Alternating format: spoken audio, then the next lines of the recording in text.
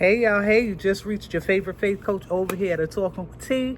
If this is your first time here, welcome. If you have been here before, then welcome back. Over here at A Talk with T, we talk about everything from love, money, to everything in the middle. All right? We get into it. So today I'm sitting at work and this morning and I'm antsy and I'm just having these feelings and these thoughts.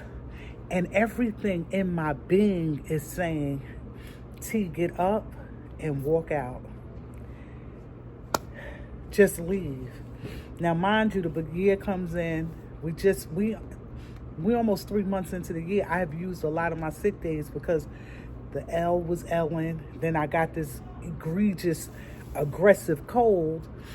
So I called out a lot, right? So I'm like, I got to get out of here. I got to get out of here. And I'm feeling like I can just rip up out of this place. You know the videos when they were saying, rip me out the plastic, I was acting brand new. I just had this insatiable need to leave. That's what made me get up and say, come upstairs to the cafeteria, record a video. So as I'm going through these feelings and these emotions, it's going to bring me to my point. So sit tight, bear with me. It's going to bring me to my point. I'm over this job because, for one, I wasn't supposed to be here. I was sitting at my desk a few days ago, and I was thinking, you go through so much here at this job because you really were not supposed to be here. For those of you who don't know, I'm a caseworker for welfare, right? I do the applications for people who already have benefits, and we have to go through this, check income and all this other stuff. And at one point, when my children were small, I was on food stamps. The thing about getting food stamps, I'm going to pause and say this parenthetically. The thing about getting, because there's a stigma around food stamps. You can work and still be eligible for food stamps. I've always worked, and there are times I was eligible. I'm getting food stamps. My children are young. I ain't going to say small, but young. And I had this real nice caseworker. His name was Mr. Lazarus. And I would come in and say, I want to work here. I want to work here. And he used to say, no, you don't. You don't. And I said, no, I do. So time goes by and I come up again. Now I have another caseworker. She and I are really close. Not close, but we are really cool. And I'm talking to her after I had my interview and everything. And I was like, how do I, apply? I want to work up here. So she said the test always comes out in November during this time, many moons ago. Comes out in November. So I started stalking civil service. And test comes out, I apply, The thing is,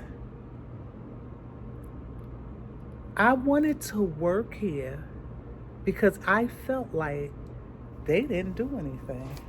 It seemed like when I was coming in for interviews that they were all chilling. Couldn't be further from the truth.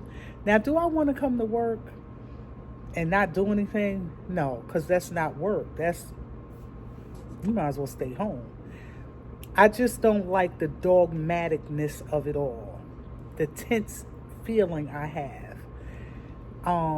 And now I'm getting these nervousness, when it comes to Suge Knight, aka supervisor, approaching me. And I'm just sitting up here like, girl. Your why was jacked up.